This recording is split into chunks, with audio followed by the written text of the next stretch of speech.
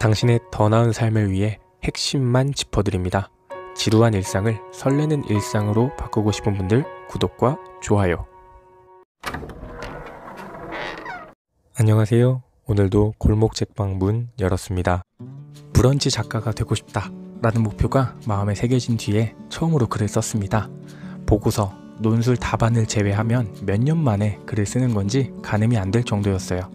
생각보다 글이 잘 써졌고 완성한 후에 제가 쓴 글을 읽어봤습니다. 생각보다 잘 읽히는데? 나 이러다 금방 작가 되는 거 아니야? 야, 이번엔 합격이다. 이렇게 자신있게 신청했지만 쓰는 족족 떨어졌습니다. 무려 10번. 글쓰기에 소질이 없는 건 분명한 것 같습니다. 양으로 승부하기 전문인 저에게도 10번의 불합격은 멘탈을 흔들어 놓기에 충분했습니다. 그러다 우연히 참여한 글쓰기 모임에서 이 책을 만났습니다. 오늘의 책, 내 하루도 에세이가 될까요? 입니다. 제 고민을 잘 담아 놓은 그런 책이었습니다. 제 소소한 하루도 에세이가 될 수 있으니까 그렇게 물어본 거겠죠? 안 되는데 제목을 저렇게 만들진 않았겠죠? 기대 반 의심 반으로 책을 펼쳤습니다. 내 하루도 에세이가 될까요의 이하루 작가님은 기자, 카피라이터, 기획자, 사내방송 작가로 10년 넘게 글쓰기로 밥벌이를 하신 분이었어요. 주로 대단해 보이는 사람들의 인생을 글로 옮기거나 그런 사람들이 할 얘기를 글로 정리하는 일을 하다 문득 이런 의문이 들었다고 해요. 글로 옮겨지는 인생이 따로 있는 걸까? 작고 시시한 삶은 글감이 될 수 없는 걸까? 그렇게 그녀는 내 삶에는 쓸 이야기가 없다면서 남의 인생만 읽고 있는 사람들에게 글쓰기를 권하고 있습니다. 저마다 다른 삶을 산다. 글쓰기 방식도 그렇다. 영감을 받아서 쓰는 사람이 있는가 하면 치밀하게 고민하고 계획해서 쓰는 사람이 있다.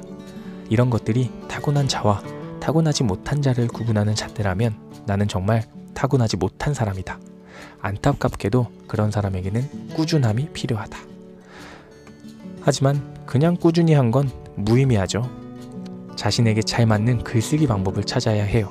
그래서 이하루 작가님께서는 나만 갖고 있는 글감, 지치지 않고 꾸준히 쓰는 방법, 내가 잘 쓸 수 있는 장르에 대해서 고민하고 연습하고 찾아내야 한다고 말씀하시고 있습니다.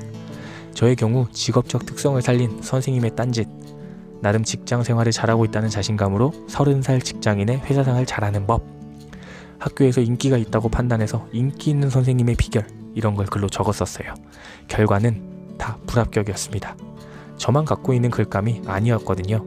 그리고 남들이 관심을 줄 만한 그런 주제도 아니었다는 생각이 이제서야 듭니다. 그렇게 적고 또 적다가 소시민의 관종생활이라는 저만의 글감을 만났어요. 소심한 사람들에게는 동병상련의 감정이, 소심하지 않은 사람들에게는 저의 관종생활이 재미로 다가가지 않을까 생각이 들었습니다.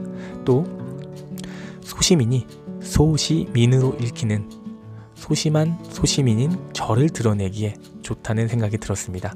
그렇게 글감을 발견하니까 부족한 글솜씨이지만 브런치 작가 승인을 받게 되더라고요. 저만의 작은 꿀팁을 나눠보자면 우선 쓰고 싶은 주제와 쓸 수 있는 주제를 마구 적어보시고 그 중에 남들이 관심 가질 만한 주제를 하나하나 선정해보세요. 한 주제당 글 3편씩은 한번 써보시고 지인이나 인터넷에 그 글을 알려야 합니다. 나의 시선과 타인의 시선이 같은 곳을 바라본다, 이런 판단이 들면 괜찮은 주제를 선정한 것이 아닐까 하는 생각을 해봅니다. 막힌 글을 끝까지 쓰는 요령, 로그라인이란 영화 또는 드라마의 전체 줄거리를 한 줄로 요약한 글을 뜻한다. 나는 글이 정리되지 않을 때면 로그라인을 써본다. 어떤 이야기를 하려고 했는지 한 줄로 써보는 것이다. 글을 쓰다 보면 처음 나가보는 외국에서 목적지를 찾아갈 때처럼 이리저리 헤맬 때가 많아요. 목적지는 있는데 다른 풍경에 빠져 시간 가는 줄 모르기도 하고 맛있는 향에 정신 팔리기도 하는 것처럼 말이죠. 다만 여행에선 그것들이 하나하나 추억이 되는데 그래서는 주제를 흐리는 방해물이 될 수 있습니다. 저의 경우 너무 재밌게 읽은 책의 서평을 쓸 때 이 부분도 쓰고 싶고 저 부분도 쓰고 싶은 욕심에 마구잡이로 적다 보니 결국 이도저도 아닌 글이 돼버린 적이 꽤 많아요. 그렇지만 요즘은 글을 쓰다가 뭔가 잘못되어 가고 있는 느낌을 받으면 로그라인을 한번 적어봅니다. 그렇게 핵심을 다시 한번 떠올리면 멍 때리며 운전하다 내비게이션에 50m 앞에서 좌회전입니다. 소리를 듣고 정신을 차리는 것처럼 제가 생각했던 주제로 돌아오게 되더라고요. 좋은 책을 만난 기쁨과 더불어서 저에게는 큰 행운이 함께 찾아왔는데요. 매일 글쓰기 모임 첫날 이하루 작가님과의 만남이 있었어요.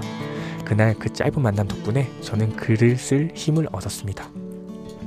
일기가 에세이가 되려면 그 일이나 사건을 통해서 깨달은 점을 하나는 꼭 적어보세요.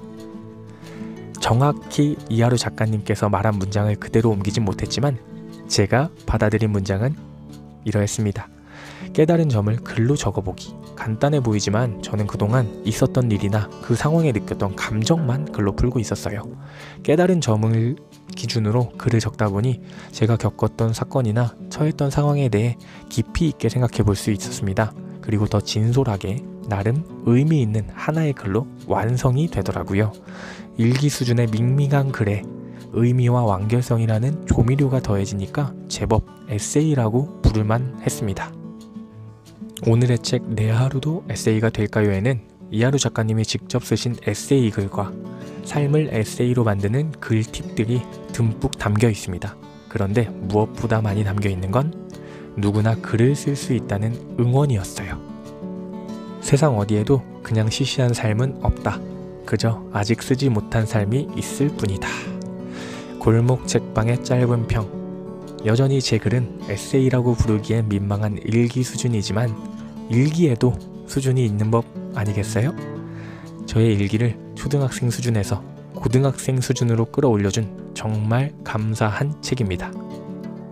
여러분은 어떤 주제로 자신만의 에세이 또는 글쓰기를 하고 싶으신지 댓글로 남겨주세요. 당신의 더 나은 삶을 위해 핵심만 짚어드립니다. 지루한 일상을 설레는 일상으로 바꾸고 싶은 분들 구독과 좋아요